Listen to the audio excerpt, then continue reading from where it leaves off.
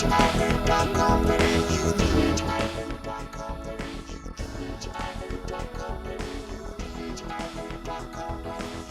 to the weekly update, where we go in depth with a particular topic. And joining me today is Senior Workplace Relations Consultant, Rem Richards. Welcome, Rem. Thanks, Dan. So, Rem, today we're talking about the Fair Work Commission's New Approaches program.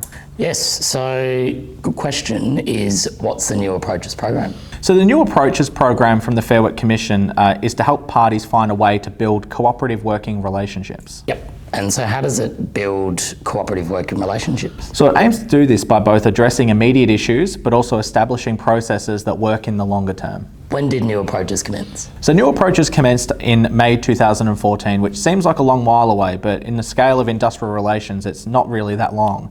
And it was in response to an amendment to the Fair Work Act, which provided for the Commission to have a new function to promote cooperative and productive workplace relations and prevent disputes. Yep. And are Commission members involved in the New Approaches process? Absolutely, and it is central to the process. So they've got a role to promote cooperative and productive workplace relations and develop new ways to resolve conflict in the workplace.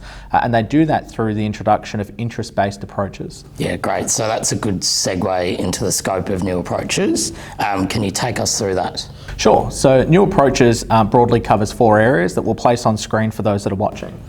Interest-based bargaining, interest-based consultation for dealing with workplace change, interest-based problem solving for resolving disputes, and finally building collaborative workplaces. For today's purposes, we're going to focus on the first 3 areas. Yeah, great. So starting with interest-based bargaining, what is it?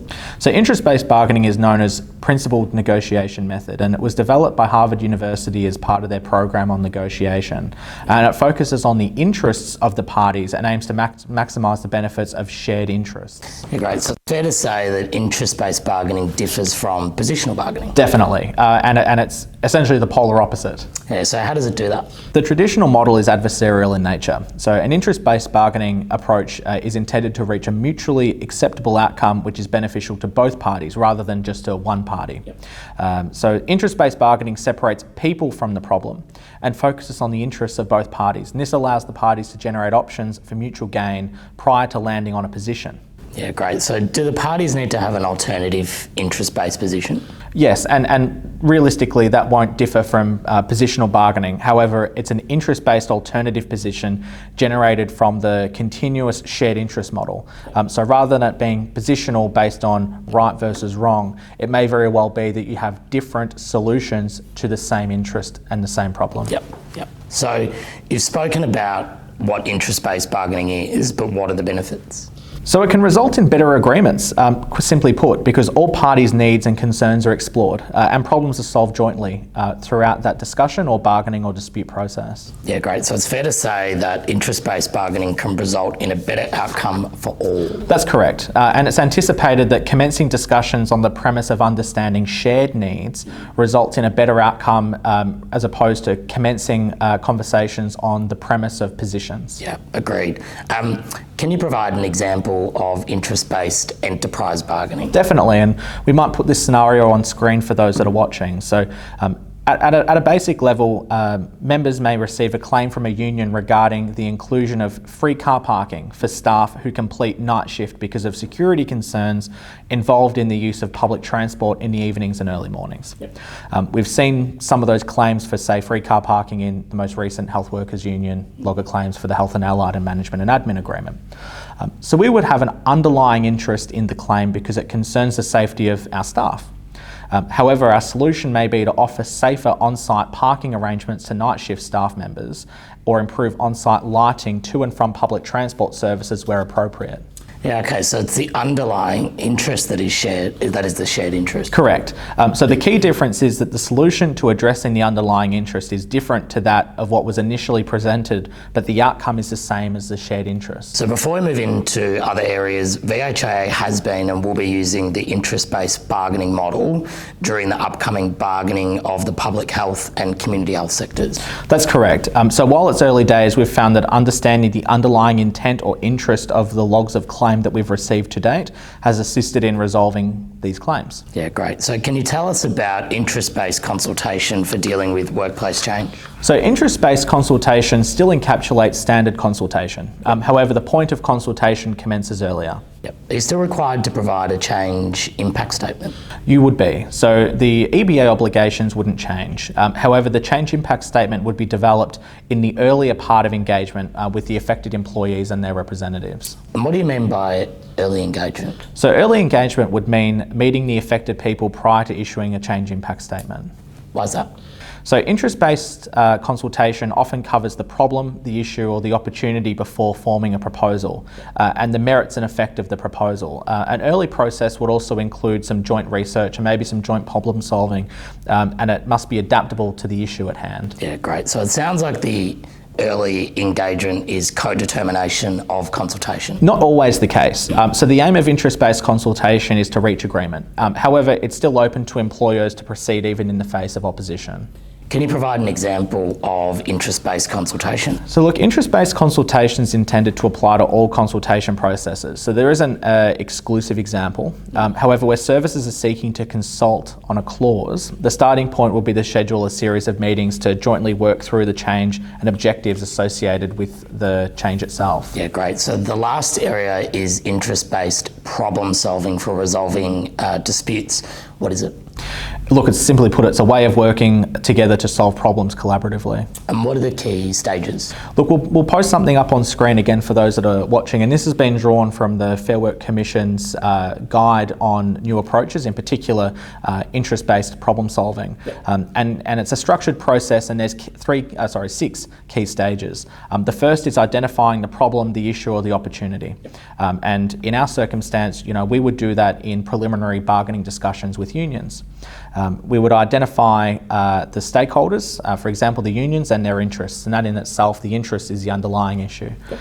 We extract the right information, we develop mutually beneficial options, and then we develop criteria. Yeah, so it sounds similar to interest-based bargaining. Very similar to interest-based bargaining. Again, it focuses on the needs and concerns of the people that lie beneath a dispute. They are different to the demands and the outcomes that are sought. Yeah, so can you provide us an example of interest-based problem solving? Definitely, and look, we'll provide this example up on screen. So we can use the example that we used earlier for interest-based bargaining. At a very basic level, the employer receives a letter from the union that states there are safety concerns where an individual employee finishes night duty and travels to their car which is parked in a public street nearby. The union demand that transport be provided by the health service. As with the other example, we do have an underlying interest with the problem because it concerns the safety of our staff. However, our solution may be to engage with the local council to improve lighting or to amend parking time restrictions in streets closer to the hospital after hours to allow staff who choose not to use on-site staff car parking to park closer and by and large in a safer area or more closer proximity to the health service. Yeah, so when you consider that example, there's a shared interest beneath the dispute. Definitely, and look, that's really the core theme of the interest-based bargaining, is that there's underlying interest for both parties to resolve the issue because of the safety component addressing with the staff. However, the solution is different to what was initially proposed, but the outcome resolves the issue on a shared basis. Yeah, so in addition to these matters that we've discussed today, I understand the Fair Work Commission are engaging more with industries on topics such as enterprise bargaining. That's correct. So in late last year, both you and I made contact with the Fair Work Commission to discuss how VHIA and the Fair Work Commission could jointly ensure the expeditious approval of Victorian public sector agreements leading into our bargaining round this year. Yeah, great. So I think, how did they respond? Very positively. So the Commission indicated that Deputy President Masson, who is the agreements practice lead, would have liked to meet with us and to discuss opportunities for efficiencies. Yeah, and I recall we met with Deputy President Masson in February. We did, and look, the discussion centred around the Commission's data on agreement approval, in particular the substantial improvements in the approval process over the last 2 years, common agreement approval issues within the health sector, and how we can expedite approvals of Victorian public sector agreements. Yeah, so we've mentioned Victorian public sector agreements. Does that mean that community health agreements won't benefit from these discussions and arrangements? They'll definitely benefit, but we're currently in the public sector agreement cycle, save for the SACS agreement. So members would recall we decoupled community health from public sector, so each had their own cycle, so to speak. Yeah, we've all had experiences in our time at VHIA with drawn out approval processes, particularly within the Victorian public sector and our community health agreements. How will this arrangement be expedited in the future? For sure. So look, we definitely have, and if I recall correctly, the maintenance agreement for public sector took nearly 6 months from lodgement to approval. And look, we voiced that to the Deputy President when we met with him. The key component of the efficiency arrangement is to involve the early allocation of our agreements to either the same member or a small group of members, so we have consistency in how our agreements are managed and approved. Yeah, great. So have we had an opportunity to test this arrangement yet? Not yet. We're yet to ballot any agreement within the Victorian health sector, so lodgement of an agreement isn't anticipated in the near future. Okay, great. So finally, as a part of new approaches, the Commission is looking at smart forms. Can you take us through that? So we're frequent flyers at the Commission, I think that's safe to say, and I think that our involvement with lodging agreements is going to become more common and increased over the next 12 to 18 months.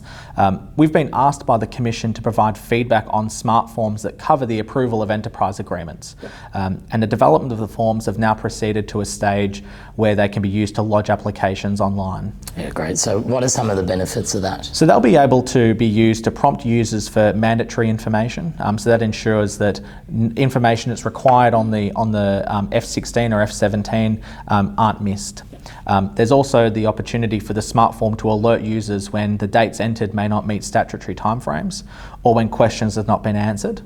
And finally, it allows frequent users to create template versions of the forms with common information and save them for reuse. Yeah, great. And it's intended that using the forms will also assist the Commission to process applications more quickly. That's correct. And look, it will alert the Commission of potential issues and also missing information or documentation at lodgement. Yeah, great. Well, that covers the update on the Fair Work Commission's New Approaches program. Wonderful, Rem. Thank you so much for joining me today. Thanks, Dan.